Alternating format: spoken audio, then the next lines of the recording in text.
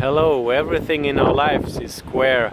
The bed we sleep in, the screen you're watching me from, the screen I'm recording this on, our rooms, our houses, our apartments, our workplaces, our cars are almost square, the streets are square, the information we get is square, it comes from square devices, we communicate in square devices and square terms via social media, YouTube and all that. Everything is basically square, preparing us to mold ourselves into square beings that will later form a sort of square society where we don't even really care for actually experiencing something for real.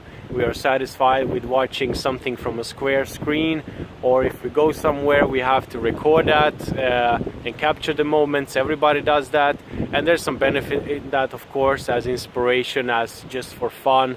But anyway, it's square. What I do is basically square. I stare at a square screen. You do that too. Our future looks pretty square. Our visions of the futures are square. Our architecture is becoming more and more square, more minimalistic, and modern architecture, modernism. It's not modern as of now, but the Bauhaus, the 30s, that kind of idea, Corbusier and all that.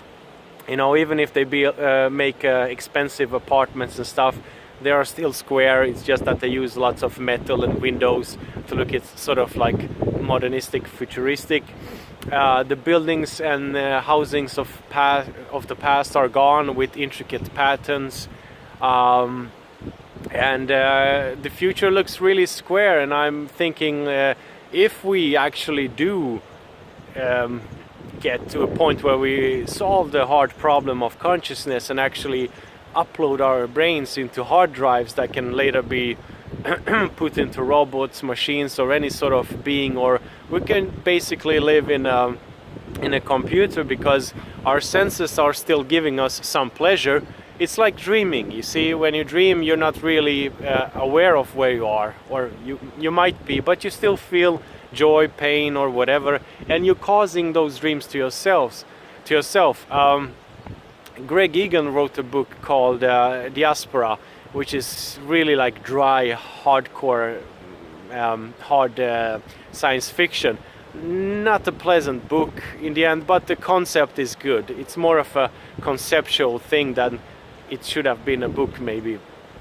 But basically, we are almost preparing ourselves for the transhumanist, post-human evolution of being very satisfied with our square understanding, and how to unsquare yourself, because there is major benefits to this square society. I live a comfortable life because of all this squareness, and the only way you can unsquare yourself is to actually just go out and listen to water, wander around in the mountains, and unplug yourself for a while.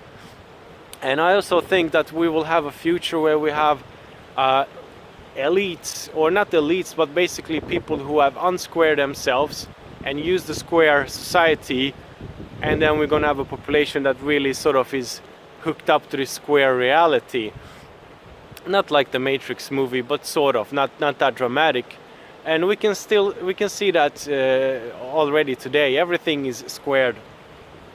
Even our schedules are squared, if you want them to be.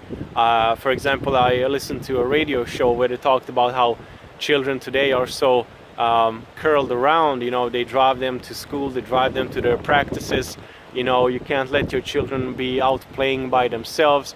The old school style of growing up is gone, where you sort of went out in the neighborhood, and if you did something bad, somebody would scold you.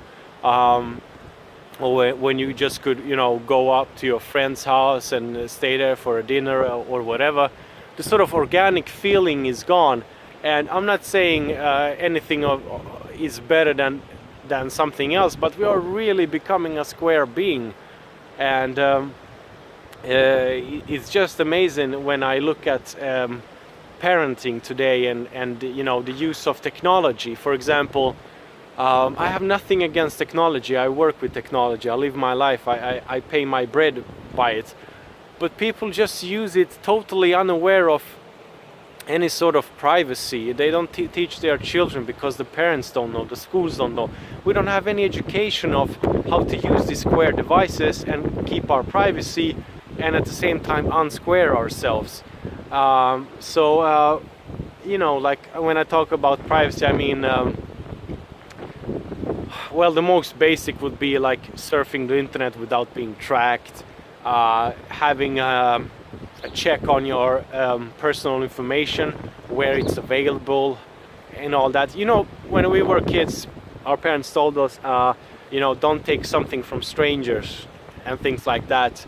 At the same time, we don't seem to, on a collective scale, adapt that to the technology we live in. So everything is just being pumped up into the internet, all the information, photos, and everything.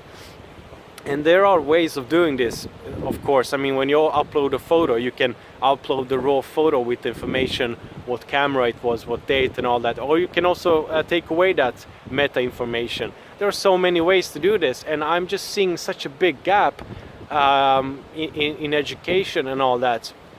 And the addiction to squarity, sort of, among children and parents. And I understand that's comfortable, you know, when you're at home and you want your kids to just, you know, be at one place while you do something else.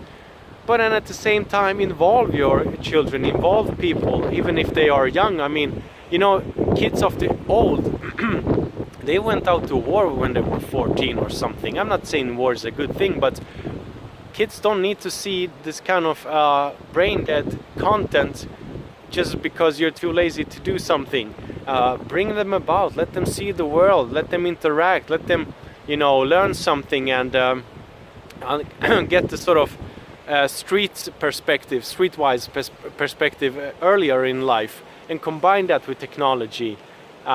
So that's like the only way we can unsquare ourselves. We can be in the square, but we can be the circle in the square. You know, the alchemical symbol? Well, it stays true even in this day and age. We live in a square. Imagine this as a square.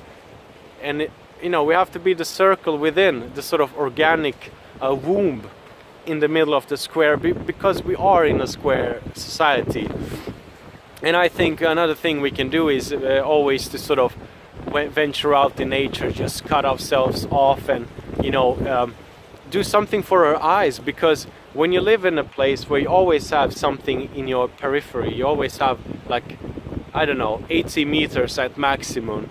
I mean, it makes a difference. I remember first time, after a long time, I guess, or maybe the first real conscious time I spent in nature, days, and I really, you know, had this 360 view of everything, of sounds and shapes and forms.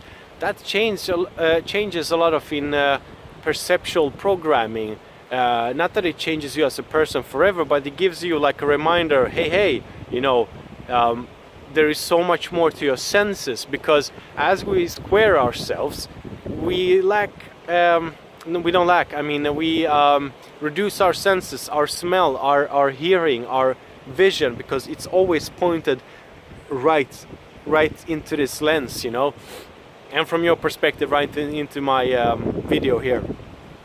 But that's not dangerous, but I think we need to sort of educate each other, and I don't think there will be any sort of school program for this in any country in the near future.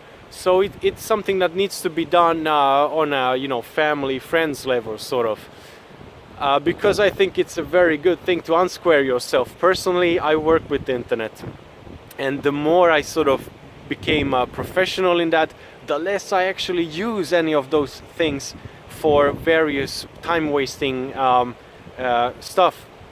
So even like telephone and all that, I keep it away because I work with it, and I know what it's all about. And it's not that I get physically or mentally tired, but it's a conscious thing. You know, I rather sort of go and bang a drum in a park or something.